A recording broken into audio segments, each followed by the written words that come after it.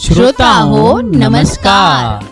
दैनिक मराठवाडासाठी प्रस्तुत विचारधन से जीवन क्रांति इस कार्यक्रम में आपका स्वागत है। इस कार्यक्रम के संकलक है श्री चंदूलाल मोहनलाल बियाणी, मुख्य संपादक दैनिक मराठवाड़ा साथी। श्रोताओं, विचारधन से जीवन क्रांति इस कार्यक्रम के आज के एपिसोड में आपका स्वागत है। आज के एपिसोड का नाम है अद्भुत कपड़ा। तेनालीराम की ये कहानी है। तेनालीराम की कहानियां हमेशा हमें जीवन में सीख देती है। ये एक समय की बात है। विजयनगर में राजा कृष्णदेवराय एक दरबार में बैठे थे। दरबार में एक खूबसूरत स्त्री एक बक्सा लेकर आई। वह मखमली साड़ी जो बक्से में थी निकाल कर राजा और सभी दरबारियों को दिखाने लगी। साड़ी इतनी खूबसूरत थी कि कोई भी उसे देखकर हैरान रहता था। उसने राजा को बताया कि वह ऐसे ही खूबसूरत साड़ी बनाती है। इस साड़ी को कुछ कारीगरों ने अपनी गुप्त कलाओं से बनाया है। उसने राजा से कहा कि अगर वह कुछ धन दे दे तो वह उनके लिए भी एक साड़ी बना देगी।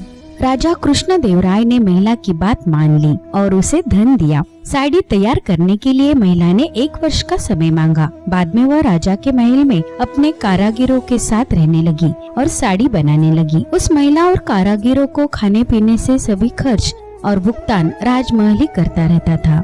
इसी तरह 1 वर्ष निकल गया। फिर राजा ने अपने मंत्रियों को उस महिला के पास भेजा ताकि वो साड़ी को देख सके। मंत्री ने कारीगर को देखा तो वो हैरान रह गया। वहाँ 2 कारीगर थे और वो कपड़े या धागे के बिना बुन रहे थे। महिला ने बताया कि उसके कारीगर राजा के लिए साड़ी बना रहे हैं, लेकिन मंत्रियों को कोई साड़ी नहीं दिखाई दी। इस पर उस महिला ने कहा कि वह ये साड़ी ऐसे ही लोग देख सकते हैं जिनका मन साफ है और उनके मन में कोई पाप नहीं है। राजा के मंत्री इस बात से परेशान हो गए। उन्होंने बहाना बनाकर कहा, हाँ, साड़ी ही है ना, तो बहुत ही सुंदर लग रही है, और वहाँ से चले गए। वे वापस राजा के पास आए और उन्होंने राजा से कहा कि साड़ी बहुत ही सुंदर है राजा जी। इससे राजा बहुत खुश हुए। अगले दिन उन्होंने उस महिला को साड़ी लेकर दरबार में उपस्थित होने का आदेश दिया। वो महिला अपने कारीगरों के साथ दरबार में आ गई और उनके पास एक बक्सा था। दरबार में बक्सा खोला और सभी को साड़ी दिखाने लगी। राजा और सभी दरबारियों को कोई साड़ी दिखाई नहीं दे रही थी, जो सभी को हैरान कर गया। तेनालीराम ने यह देखकर राजा को बताया कि उस महिला ने झूठ बोला है, वह हर किसी को मूर्ख बना रही है। तेनालीराम ने फिर उस महिला से कहा, दरबार में बैठे किसी भी दरबारी को ये साड़ी दिखाई नहीं देती है। बुद्धिमान तेनालीराम की बात सुनकर महिला ने कहा कि यह साड़ी सिर्फ उसी को दिखाई देगी जिसका मन साफ है और उसके मन में कोई पाप नहीं हो। तेनालीराम ने महिला की बात सुनकर एक योजना बनाई। राजा चाहते हैं कि तुम खुद उस साड़ी को पहनकर दरबार में आ जाओ और सभी को वो साड़ी दिखाओ। उन्होंने उस महिला से कहा और वो महिला तेनालीराम की बात सुनकर राजा से माफी मांगने लगी, क्योंकि उसने तो कोई साड़ी बनाई ही नहीं थी। उसने पूरी तरह से राजा को बताया कि उसने कोई साड़ी नहीं बनाई है, वह सभी को बेवकूफ बना रही है, उसे तो साड़ी बनाने आती ही नहीं थी। राजा को महिला की बात सुनकर बहुत गुस्सा आया।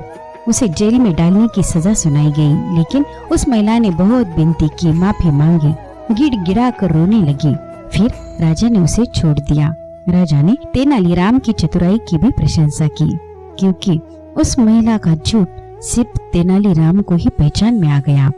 झूठ या धोखा बहुत दिनों तक नहीं रहता, एक दिन सच्चाई सबके सामने आ ही जाती है। तो श्रोताओं, कभी भी झूठी बातें नहीं सुनने की और नहीं करने की। धन्यवाद श्रोताओं, कल मिलेंगे नए विचारों के साथ। तब तक खुश रहे, सुखी रहे।